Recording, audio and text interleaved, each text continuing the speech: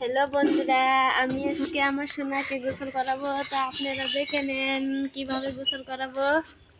তো বন্ধুরা, আমি এখন গোসল করাতে এসে গেছি। তো আমি আজকে অনেকদিন পরে আমার সোনাকে সাবান দিয়ে দিব।